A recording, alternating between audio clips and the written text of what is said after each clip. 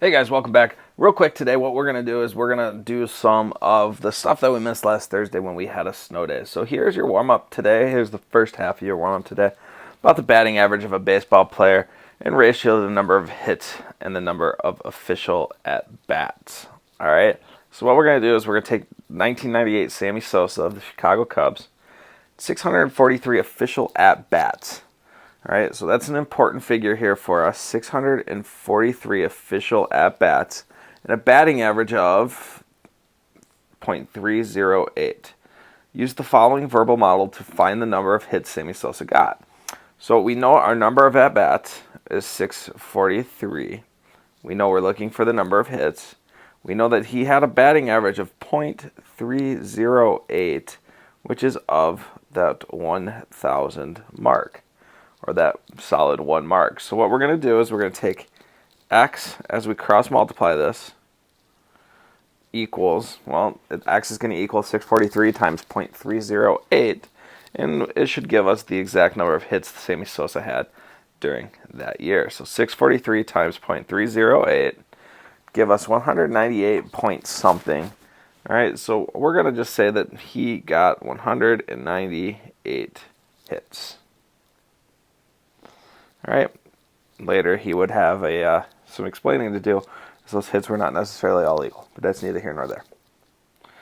Last one. This one's a little bit of a picture drawer for me anyways. I like to draw that. So it leans against, should be 1/4 of the total's length. Suppose that a 10-foot ladder, all right, so at least 1/4 of that. It's a 10-foot ladder, according to these guidelines. Give them the minimum distance of the base of the ladder from the wall. How far up the wall will the ladder be? Explain, include a sketch. All right, so what we have to do is we have to kind of have a sketch here, and I'm a huge fan of sketching. All right, so here's that. We'll call it the ground is red. All right, and our ladder is green. All right, 10-foot ladder is placed according to these guidelines, right? So if it needs to be 1/4 of it, how is the minimum distance at the base of the ladder from the wall? So 1/4 of 10 is 2.5. We know that much. So when we take a look at this, what we'd have to do is we'd have to give the minimum distance. So here's our ladder. All right, and we know that this is 10 feet. All right, so this is 2.5 because this is 1/4 of that. So you guys don't need to know that. So we basically have that so far. Now what we need to look at when we look at this is we need to figure out, well, okay, so the minimum distance is 2.5 feet away from the wall. The height, well, now that we have this, it's basically a Pythagorean theorem equation where we can take 2.5 squared plus x squared equals 10 squared. All right, so 2.5 times 2.5, which is the square, gives us 6.25 plus x squared equals 100. All right, so take 6 away from 100, 6.25 away from 100, 100 minus 6.25 gives us 93.75 here, right, equals x squared. Take the square root of both, take the square root of both. What you get is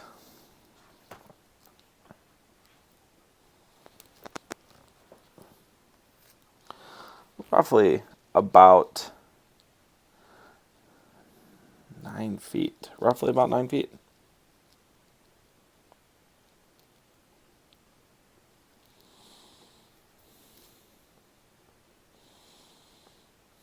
So roughly about 9 feet, 9.6 feet is what we're coming up with here, is how high it could be, which makes some sense, and we'll go from there, right? So today when you guys look at this, we're going to take a look at Pythagorean theorem, and that's something we just did there, is we're going to take the hypotenuse, which is always going to be c squared.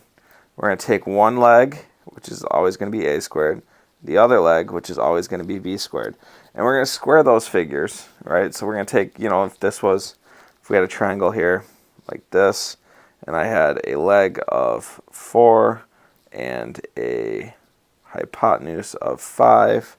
I would basically go, or excuse me, another leg of 5. Here's our C up here in blue, right? So what I would do is I'd go 4 squared plus 5 squared equals C squared. All right, so 16 plus 25 equals C squared.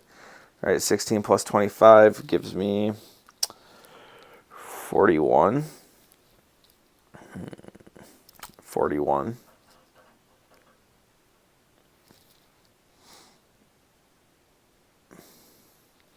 So I know that the hypotenuse is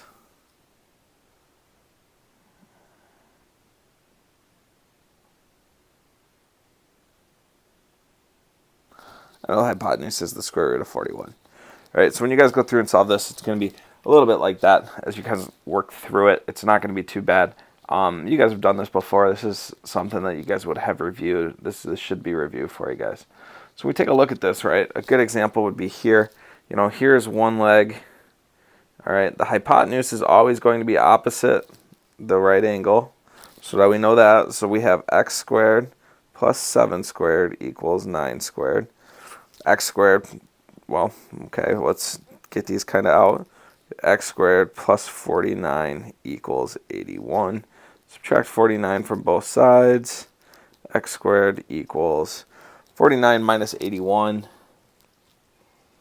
Excuse me, let's phrase that correctly. 81 minus 49 equals 32. Take the square root, take the square root. X equals, it's the square root of 32. Well, we'd have to factor that out. So we'll just leave it for now as the square root of 32. All right, when we go up to this one, it's the same idea, right? They tell us that this is a square, or not a square, but a rectangle, so that the legs are there. So it'd be 20 squared plus x squared equals 29 squared. You'd follow the same methods and ultimately take the square root. All right, here's a nice practice problem for you guys, is that we are building a skywalk. We need to use the Pythagorean theorem to figure out exactly how long the support beams actually are. And we'll use the side of the building as kind of our help here. So it will be something like 47.57 squared plus 23.26 squared equals x squared. And as you guys walk through and solve that, all right, we'll go 47.57 times 47.57 for that square root. And that's 2,262.9 plus 23.26 times 23.26 equals 541.0 equals x squared. You add those two together, 2262.9 equal, and that gives you about 2,803.0 equals x squared. Take the square root of that, and it comes out to a little over about 53 feet, approximately 53 feet. All right, so that would be your final answer there, and you just solve it using Pythagorean theorem. Now here's one that's going to combine your proportions and your ratios, and this is your exit ticket today. But I want to make sure that you guys get a chance to kind of see what's happening. We have two TVs. We have a TV that looks like this. We have a TV that looks like this. All right. So when we look at this, they tell us that this is 4/3 and that this is 9/16. Okay. And we should probably fix that to be, no, it's 4/3, the first number. Oh, no, first number down here, second one there. All right, so those basically become similar sides. Now they want us to make a scale drawing of these. These are our scales right here. All right, now how are we going to find that out? They tell us that the hypotenuse of each TV is 27. All right, so we need to find 4 times what and 3 times what is going to make this happen. The easiest way for us to do that is to take the 3 and the 4 and figure out how much of a percentage it is there. So 3 squared is 9 plus 4 squared is 16, which is 25. So x equals 5 in the 4/3 TV. So then we just have to take a common side here and figure out, okay, well, if we have a common side, and that's 4 over 5 and that equals,